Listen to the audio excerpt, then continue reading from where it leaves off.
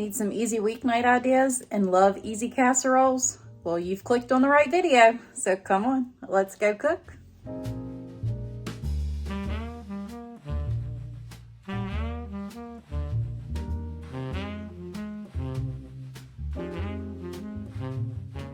Hey, sweet friends.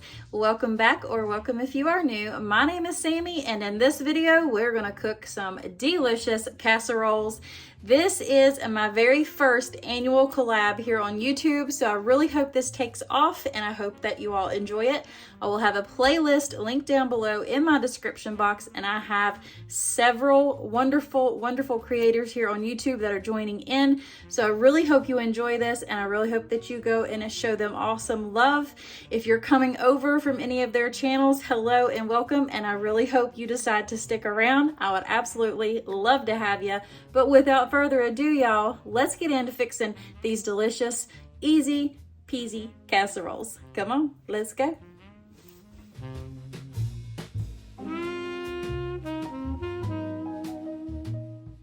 All right, so to make this breakfast casserole, you'll need 2 crescent doughs or just the crescent dough sheets. That would be easier. You'll need an egg for the egg wash on the top layer crescent roll, and then I'm going to use a block and a half of the cream cheese right there, and then I use 2 different sausage flavors, the sage and then the regular, and I just mix those together, but that's everything you're going to need. So let's get cooking. First off, you just want to go ahead and brown your sausage in a skillet. I just use my iron skillet here. It's my favorite skillet. And then while that is cooking over there, you just want to go ahead and soften up your cream cheese. And like I said, I used a block and a half, and then I put that in the microwave for just a little bit to kind of let it soften up a little bit more. And then I went ahead and put that egg white in a bowl, and then I got my greased casserole dish right there. And we're going to start by putting that bottom layer first, and then you'll just put that in there and kind of pinch all of those openings, just kind of pinch them together as much as you can. That way, you know, it's more of a solid base. That's why I was saying the crescent dough sheets, if you can find them, would be the best thing for this. But I have had a hard time finding the crescent roll dough sheets in my area. So I just make do with what I have. Once that cream cheese is softened and your sausage is cooked all the way through, you just want to mix all of that together, and that gets dumped onto your bottom crescent dough. You don't have to bake it first or nothing. And then you pour all of that on top of that bottom crescent dough sheet. You put your second layer on there, which sadly I thought I was recording, but it turns out I wasn't. So you put that top, or the second container of the crescent dough sheet on top. You brush it with the egg white, and then you put it in a 350-degree oven until it is nice and golden brown and bubbly, and that top layer is so flaky and crispy. It's just so good because you got the creamy and the flaky crust, and I just served it up with some scrambled eggs right here for breakfast this day. But this was so good, y'all, and it is definitely a must try.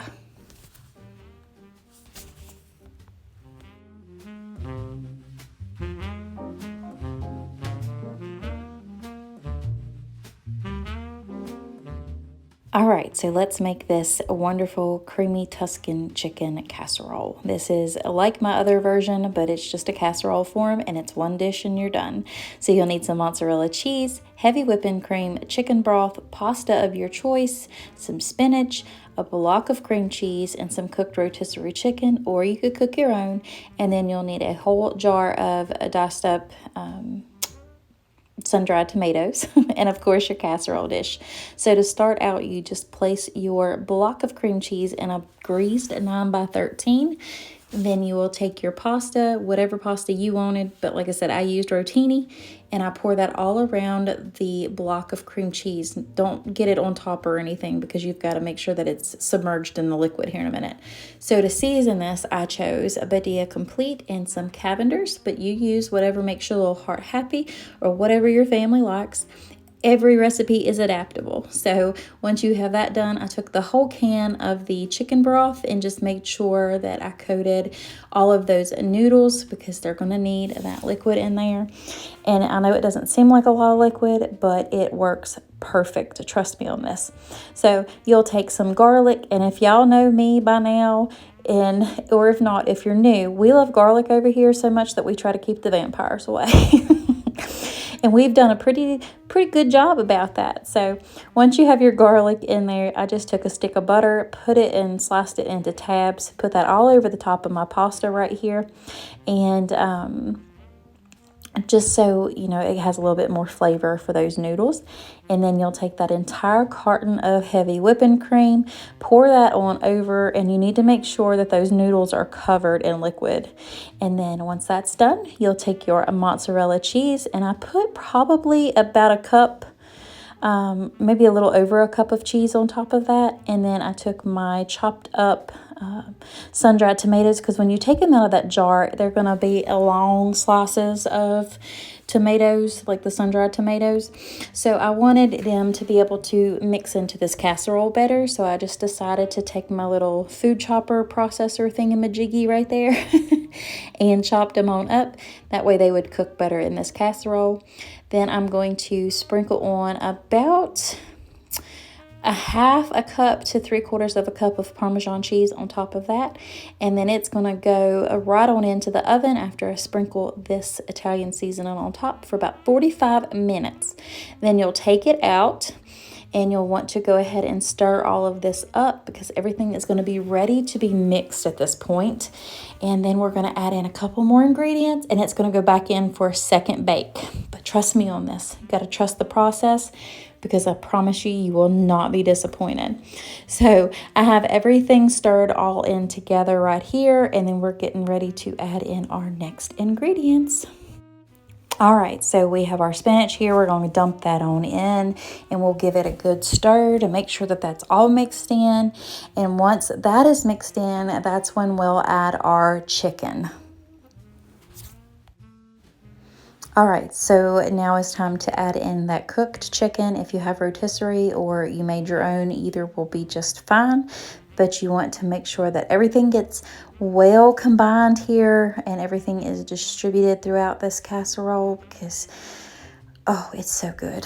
And the smell in my kitchen when I was making this was good, let me tell you, because this is just so comforting. All these smells together, it was wonderful. It just smelled like a big old Italian kitchen up in West Virginia. So once that is done, I just go ahead and top that with a little bit more of the mozzarella cheese. And then I take some fresh basil as well to put on top of that, just to make it look pretty.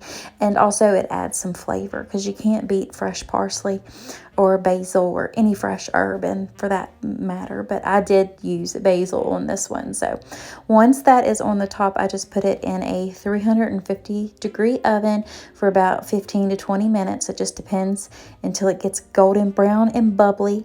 Now look, I didn't get no picture of this being served, but it's absolutely delicious, and I hope y'all will give it a try and y'all love it just as much as we do.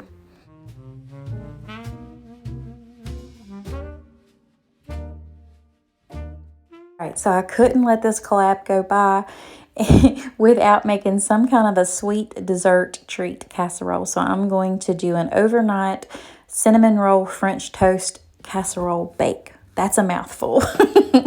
But you'll need cinnamon rolls, half and half brown sugar, eggs, cinnamon, a little bit of salt, and vanilla.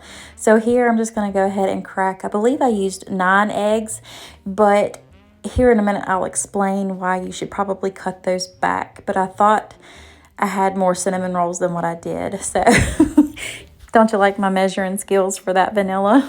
But once you have all your eggs in there, you'll put your vanilla, your cinnamon, a little bit of salt, and some brown sugar into this mix. You'll beat all of that together, and then that's when you'll add in your half and half. I will have the recipe linked below, but I did kind of alter it a little bit, you know, to suit my family. So always keep in mind that you can always alternate or substitute whatever you need to do to make it for your family. So I added that heavy whipping cream in there, and and I'm just beating that together. Now here I'm going to take these donut sticks that I found at Aldi. I'm going to unroll them, and then I'm just going to dice them up into little bitty cubes. That way, once this sits overnight, it'll have plenty of time to soak up that egg mixture in the fridge. But like I said, I'll have to explain something here in a minute because I didn't feel like I had enough cinnamon rolls. So you'll see me open up another one here in just a few. Once I put this batch into the bottom of that casserole dish, I was like, oh no, this ain't going to be enough. It's going to be too eggy. Ain't nobody going to like it. So I found a third can of cinnamon rolls in there. So I cut those cinnamon rolls up as well. But it still wasn't enough, y'all. So if you only have 2 cans of cinnamon rolls, only use 6 eggs to that 1 cup of cream. Trust me on this. But it was still absolutely delicious, and I wouldn't have changed anything that I did. I just made it and altered it to the way I thought would work. So here I am putting everything in there, and then we're just going to add that egg mixture on there, and then that's when you'll see me pull out that third can and just put more cinnamon rolls in there because I didn't have enough. And then you'll see me the next morning showing y'all that I had to slice up some white bread to throw in there as well because it was still a little bit too eggy for my liking, and I didn't want it to be eggy. So I threw in some white bread as well. Once I pulled it out of that refrigerator the next morning, it still looked a little bit soupy. So that is why it looked a little bit different. But this was just after the third roll right here. I'm adding that mixture in. And then I just put it in the fridge and let it get happy overnight.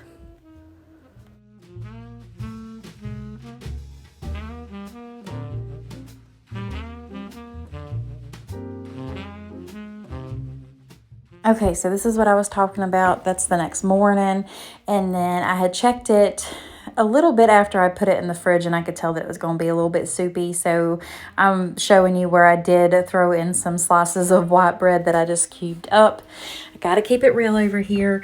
But once that is baked and everything was all golden brown and bubbly, I just took that icing that come with it. I heated it up in the microwave a little bit, and then I just poured it right over the top of that.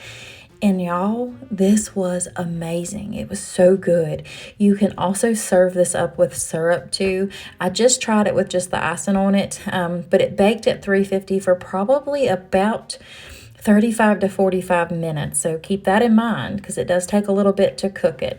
But I'm just going to go ahead and serve it on up here. And we had it with some bacon, some thick cut bacon. Yes, please.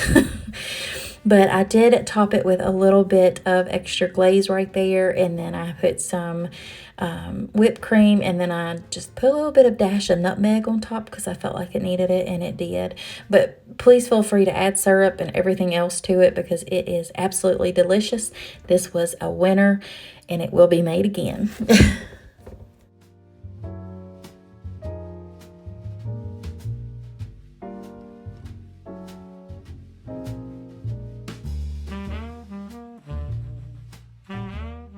And last but not least, we're making a family favorite, Tater Tot Casserole. So I have some tater tots there, 2 cans of cream of mushroom soup, some garlic, of course, 2 pounds of ground beef, and some mozzarella cheese. We're going to go ahead and get to cooking this, y'all, because it is so good. Oh, also you need an onion. I forgot about that until just now when I saw it.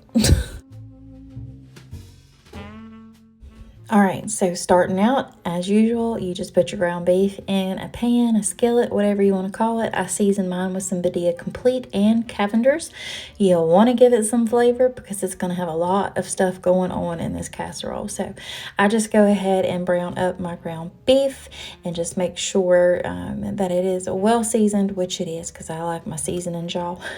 Once I get that chopped up enough, I just went ahead and diced up that red onion, and I'm going to go ahead and add that to the beef. That way everything can cook on together. All right, so once that has browned, I'll go ahead and dump in some garlic, as little or as much as you like. Just season with my heart, as Tamara says. So once you have that in there, you stir that on in. You'll go ahead and add in both cans of your cream of mushroom soup. Make sure you get it all out of there because that stuff is all flavor. Trust me. So I just dump both of those cans in there. You'll mix all of that together. You don't need to add in no milk or any other liquid because this is going to come together and it needs to be a little bit thicker. That way it serves up nice when you put it on your plate. I know there's a lot of different versions of tater tot casserole, but this is how my mama always made it, so this is how I make it. I start by putting about half that bag on the bottom, and I do season my tater tots as well because you need to season in layers.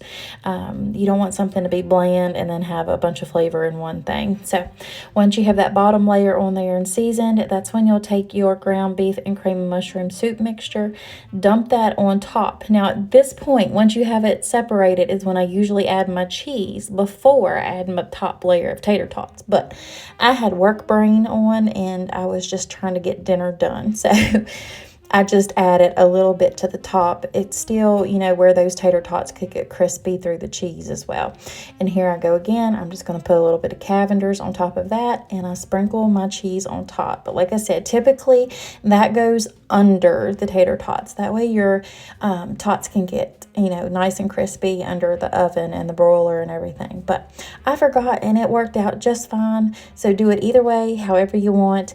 This is definitely a crowd pleaser and it's always been a favorite of ours. You just put that in a 350-degree oven for about 35 to 45 minutes. It just depends on how long you need it to cook. But this was delicious and it's a family favorite, and I hope it becomes one of yours. That is all I have for this collab. I hope you enjoyed this collab so much. If you are new to my channel, thank you so much for coming over for a visit, and make sure you go and check out that playlist below so you can show all of the other collaborators or YouTube creators, as I should say. Go show them some love, and until next time, my friends, God bless. Bye.